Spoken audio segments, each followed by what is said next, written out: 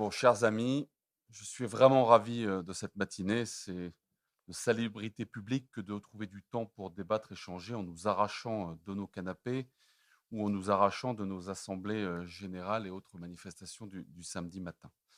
Puisque nous sommes en assemblée générale quand même, et pour ne pas me faire attraper par Gilles Fignard en sortant, je vais vous demander d'abord d'approuver le vote du bilan, du rapport moral, pardon, le rapport moral qui, quelque part, vous avait été présenté par les 3 tables rondes du début de cette réunion. Et on vous a donné ces petits cartons pour dire que vous votez. Et je sais que c'est très important de le faire formellement. Donc, je vous demande juste de montrer ce papier. Si vous êtes contre, si vous abstenez, et vous pouvez garder ces papiers, les mettre sur votre pare-brise de voiture pour dire à tout le monde que vous participez au Souffle Breton et je vous en remercie. Bien, merci à tous. Je voudrais moi aussi, puisque nous sommes à Saint-Brieuc, au-delà de saluer les élus locaux de ce territoire, saluer la mémoire de Claude Saunier. Saluer la mémoire de Claude Saunier parce qu'effectivement, nous sommes tous le produit de rencontres, le produit de lecture, le produit d'expériences. Et je dois vous dire qu'il y a plus de 10 ans, lorsque j'ai rencontré Claude Saunier, lorsque j'étais jeune élu régional, il m'a apporté beaucoup, il m'a appris beaucoup sur des sujets ô combien complexes de l'innovation au service de la société, au service du développement des territoires, l'innovation sociale, l'innovation économique, l'innovation scientifique. Et nous avons perdu un homme qui a participé à construire Saint-Brieuc, à construire les Côtes-d'Armor, à construire la Bretagne et quelque part à construire ce pays. Donc on lui doit beaucoup de respect et à sa famille, on doit bien sûr avoir une attention et une pensée tout à fait amicale. Merci pour lui de l'applaudir encore une fois.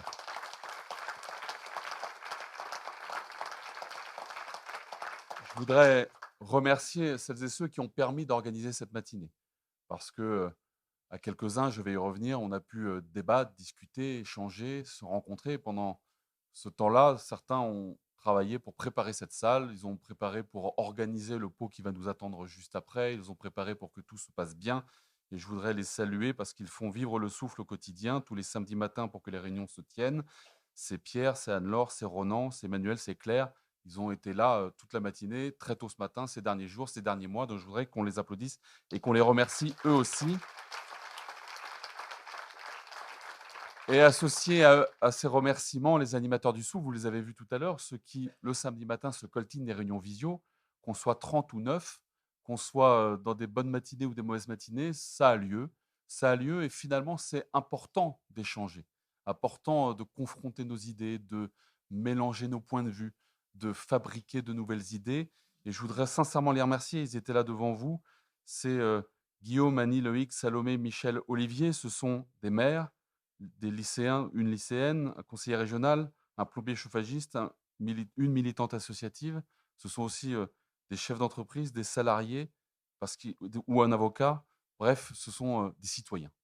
Ce sont des citoyens, ils donnent du temps et je voudrais que vous les remerciez tous parce qu'ils étaient là ce matin, ils ont été merveilleux et ils nous ont permis de passer un bon moment et je sais que nous sortirons différents en sortant de cette matinée que l'état d'esprit dans lequel nous étions en y entrant. Donc, qu'ils soient remerciés vraiment sincèrement pour leur travail.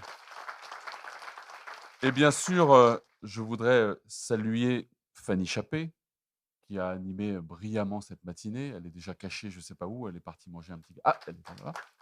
Chère Fanny, qui a gagné brillamment la ville de Paimpol, on le sait bien, et qui a participé à notre victoire aux dernières élections et fait partie de cette belle équipe que j'ai l'honneur de présider à la région Bretagne. Et puis, enfin, avoir un mot des remerciements forts pour Bernard Spitz, pour Carole Delga, pour Malo Pinouette, qui ont pris du temps pour échanger, pour donner une vision de la société, une vision de ce qu'ils ressentent dans leur territoire respectif, dans leur manière de vivre la vie d'aujourd'hui, celle que l'on est en train de vivre, ces transitions, ces transformations considérables, et puis de nous donner quelques regards sur l'avenir, sur ce que nous pourrons faire demain. Et je pense que ces expériences étaient importantes à partager. Et je voudrais les remercier sincèrement d'avoir pris le temps. Merci Bernard, parce que je sais ton attachement à la Bretagne, ton attachement à la République, ton envie de participer à construire la société de demain. Et avec les GRAC et avec ce que tu animes, ce que tu organises, tu es inspirant pour beaucoup. Et de savoir que ça a commencé en partie à Saint-Malo, que ça se poursuit à Paris, que ça se poursuit dans les entreprises comme dans les cabinets ministériels, c'est quelque part quelque chose qui nous ressource tous. Merci d'avoir pris du temps ce matin et merci des mots amicaux que tu as apportés à ceux qui t'ont accompagné à Saint-Malo. Merci à Malo Pinouette que j'ai plaisir à retrouver. Il a effectivement usé un peu ses fonds de pantalon au Conseil régional des jeunes, belle école aussi de la vie collective. Je salue Gabi, qui permet de préparer les générations de demain. Et on a besoin de multiplier ça d'un un peu partout dans nos territoires, dans nos conseils municipaux des jeunes. J'en suis issu. Et je peux vous dire que quand j'étais gamin en sixième au conseil municipal des jeunes de ma commune, j'avais qu'un seul espoir, c'était d'être maire.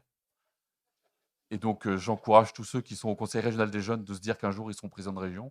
Et puis, nous avons tous à faire cela dans nos associations, dans nos structures, de permettre à des jeunes de prendre des responsabilités. C'est important de prendre des responsabilités pour préparer la suite. Et puis, bien sûr, Carole Delga, merci, chère Carole, d'être là. C'est un plaisir de t'entendre, c'est un plaisir de travailler avec toi au quotidien à Région de France. Et puis, je sais que dans ta région, tu expérimentes des choses qui serviront le projet pour l'avenir de notre pays, comme en Bretagne, on construit des projets qui serviront l'avenir de notre pays. C'est cela les régions, c'est cela les territoires. C'est comme cela qu'ensemble, on peut préparer l'avenir, chacun à notre place. C'est un plaisir de t'avoir ici et profite bien de ton week-end en Bretagne. Tu le mérites bien.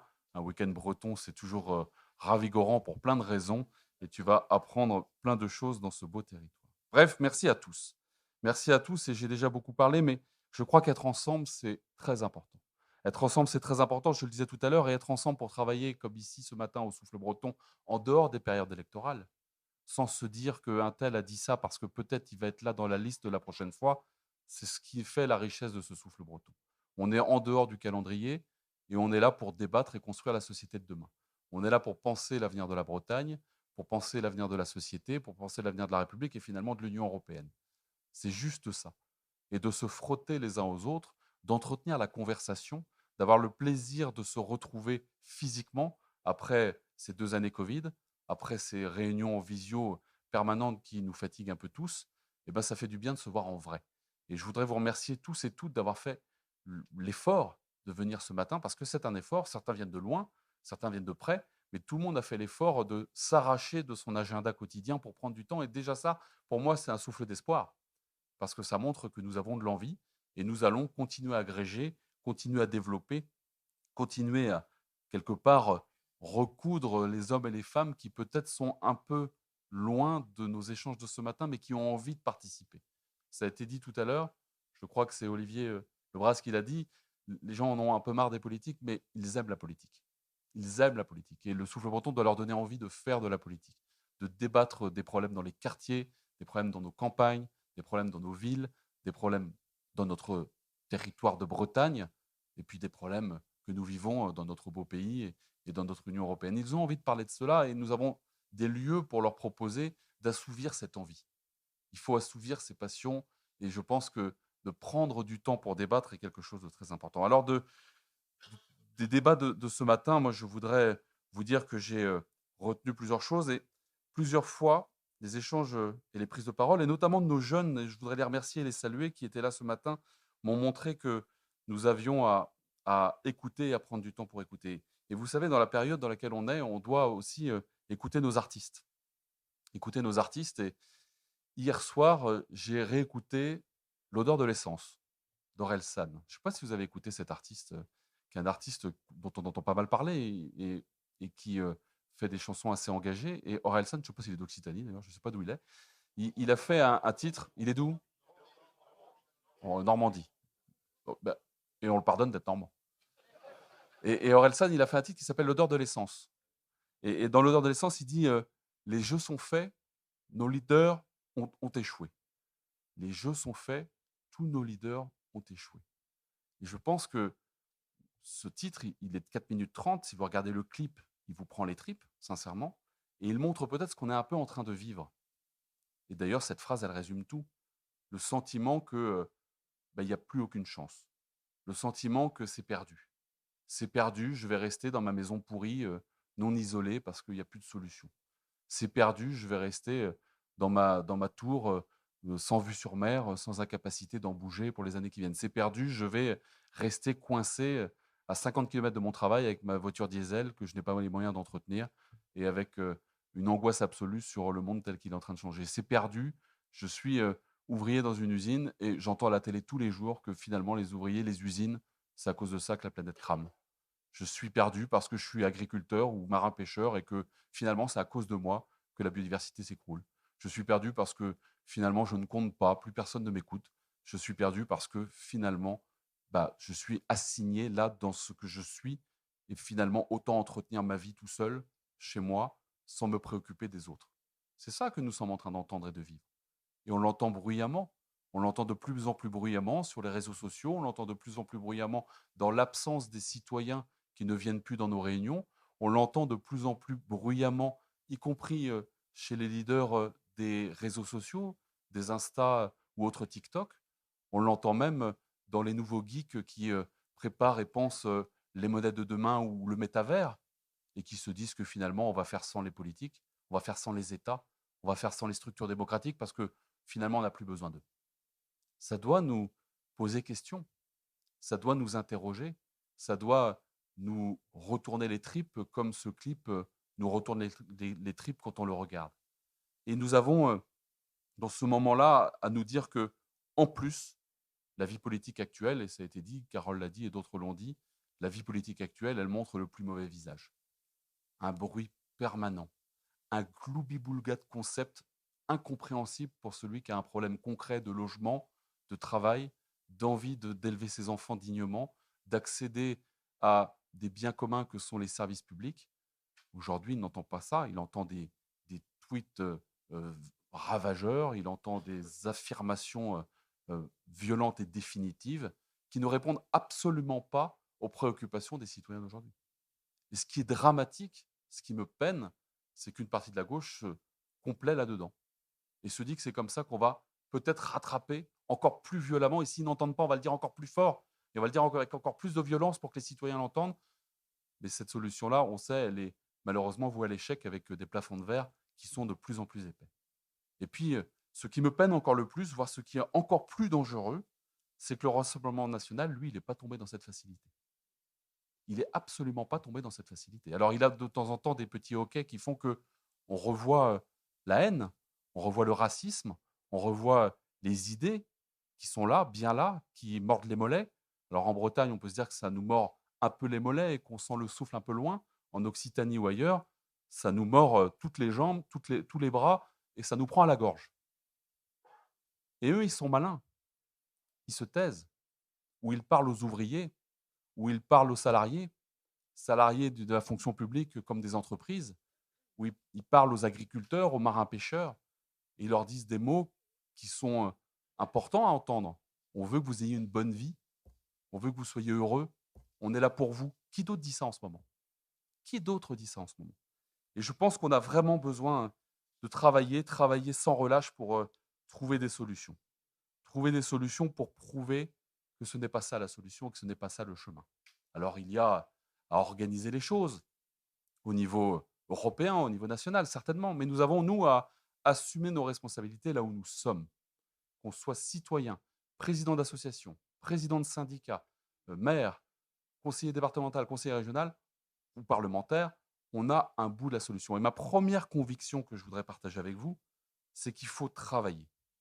Il faut travailler, il faut faire en sorte que ce travail, il permette de construire des nouvelles idées, qu'il permette de les mettre en œuvre dans les collectivités locales où nous avons la main, qui permettent de les exprimer, ces idées, dans les médias que nous pouvons toucher, et de faire en sorte que chacun nous soyons porteurs de cette nouvelle manière de penser l'avenir. Et effectivement, pas de recycler des recettes de 1936, de 1981, voire même de 1789. C'est pas ça qui nous est demandé. On peut faire vibrer d'ailleurs des salles avec ça, pourquoi pas? Mais c'est pas ça qui va nous permettre de reparler aux citoyens. Il faut penser le monde avec les yeux d'aujourd'hui et inventer des solutions pour ce monde tel qu'il est, avec effectivement la crise ou la transition, comme on voudra, énergétique qui est là, avec les risques de relégation d'une partie de la société qui va se retrouver scotchée dans de la misère, de la pauvreté ou de l'angoisse absolue avec ce monde qui va transiter vers le bas carbone qui est indispensable. Nous avons à construire cette société de demain avec de nouveaux yeux, de nouveaux logiciels, de nouvelles manières de penser et certainement pas d'essayer d'hurler encore plus fort que la solution, ce sera: «Promis, on va vous autoriser, à ne pas vous engager dans une quête collective, à ne pas vous engager dans un projet commun et on va vous excuser d'être dans la situation dans laquelle vous êtes ou vous pardonner d'être dans la situation dans laquelle vous êtes avec des moyens soi-disant magiques de la collectivité». Nous avons donc à travailler nous-mêmes, à remettre en avant la valeur travail dès l'école, à faire en sorte que nos jeunes ils aient des projets et qu'ils sentent que par l'école, par le travail, par l'engagement, par la capacité à se frotter aux autres, ils pourront réaliser leurs rêves. Parce que les rêves de demain, ils doivent se construire dès l'école avec, encore une fois, ces nouveaux logiciels qui sont présents. Si on essaye de replaquer les logiciels du passé dans la société d'aujourd'hui, ça va péter, ça va craquer.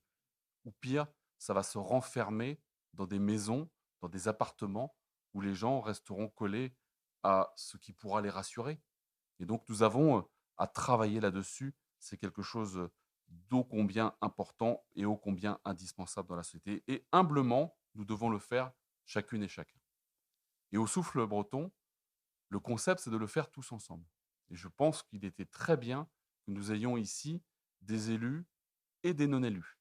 Et dans les groupes de travail, le samedi matin, je sais que les animateurs y veillent. Il y a à un moment donné un feu rouge qui s'allume quand les élus parlent trop. Parce qu'on parle trop. Moi-même, ce matin, je parle trop. Et il faut faire en sorte que ceux qui nous rejoignent et qui ont leurs idées à apporter puissent parler autant que les élus. Et qu'on frotte ces deux matières-là, qu'on frotte ces expériences-là, qu'on frotte ces idées-là. Et c'est comme ça qu'on peut bâtir, encore une fois, de nouvelles manières de penser les problèmes de demain. Et les solutions aux problèmes de demain se bâtiront, je le redis, avec des nouvelles manières de voir le monde, des nouvelles manières de penser le monde et en travaillant collectivement et tous ensemble. Et puis la deuxième chose que nous devons avoir en tête, et c'est ma deuxième conviction, c'est d'arrêter de dire que les jeux sont faits. Il faut arrêter de dire que les jeux sont faits. Il faut arrêter de dire que de toute manière c'est foutu. Il faut porter un espoir. Il faut porter une conviction que nous avons des solutions. Il faut porter la, la, la certitude qu'ensemble, nous pouvons rebâtir un nouveau contrat social, bâtir un nouveau contrat social avec un but, avec un cap, avec effectivement des objectifs collectifs qui nous permettent de mettre la société en mouvement, chacun dans nos responsabilités. Il n'y aura pas d'élu magique, d'homme providentiel ou de collectivité, qu'elle soit locale, départementale, régionale ou même l'État, qui pourra sauver tout seul la situation dans laquelle on est. Il faut mettre la société en mouvement et il faut travailler à cela avec toutes celles et ceux qui ont envie de construire ce projet, construire ce contrat social, donner confiance à la société et mettre en mouvement la société et l'orienter dans le bon sens. Alors ça veut dire, encore une fois, travailler, ça veut dire encore une fois être capable de construire des passerelles, des ponts pour éviter l'effet lasagne de notre société, cet effet lasagne de la société qui fait qu'à un moment donné, on ne croise jamais la couche d'en dessous ou la couche de dessus. Et ça nous arrive à tous les niveaux. Et ce travail, on doit le faire, encore une fois, à chaque endroit du territoire pour faire en sorte qu'on rassemble, que l'on travaille, ça a été dit, et qu'on évite qu'on se retrouve dans le chacun pour soi, dans le chacun sauve sa peau. Et pire, dans le chacun sauve sa peau avec un soupçon de charité pour apaiser son angoisse personnelle. Le combat, c'est de reconstruire un collectif. Le combat, c'est de reconstruire des convictions. C'est de faire en sorte qu'on puisse travailler à un idéal. Parce que oui, il y a un idéal. Travailler à cet idéal, mais sans se faire d'illusions et sans, à un moment donné, faire croire que tout est possible et tout est faisable. Mais par contre, faire, encore une fois, la preuve que par l'engagement, par la capacité à renouer le fil du collectif, par la capacité à construire une société collective qui se tient, alors nous pouvons protéger les plus modestes, nous pouvons les inclure dans la solution et nous pouvons bâtir ensemble la société de demain. C'est cela que l'on doit construire au Souffle Breton. C'est cela que l'on fait, encore une fois, à chaque niveau de nos responsabilités. Et c'est cela en tant que citoyen, je veux faire avec vous toutes et vous tous au sein du Souffle Breton. Dernier mot, ça a été dit par Bernard Spitz tout à l'heure, le Rassemblement national a eu les votes des actifs. Pensons bien à cela. Pensions bien à cela. Comment on parle aux actifs? Comment on parle aux jeunes? Comment on parle à ces hommes et ces femmes qui ne nous écoutent plus? Si on recolle les vieilles idées, on ne s'en sortira pas. Il n'est pas temps de dire qu'on a la science infuse et la solution unique. il est temps de dire qu'on va la bâtir ensemble, qu'on va la construire, chacun dans nos territoires. Et à un moment donné, tout cela se mettra en résonance au niveau national. À un moment donné, tout cela se mettra en résonance au niveau européen. Et je suis sûr alors qu'il y a un chemin pour tous. Et comme le disait Carole, il y a une lumière au bout de ce chemin. Merci à tous. Merci d'avoir participé. Et à très bientôt au Souffle Breton.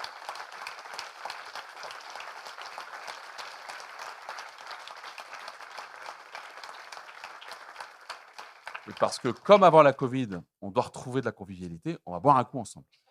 Merci à tous.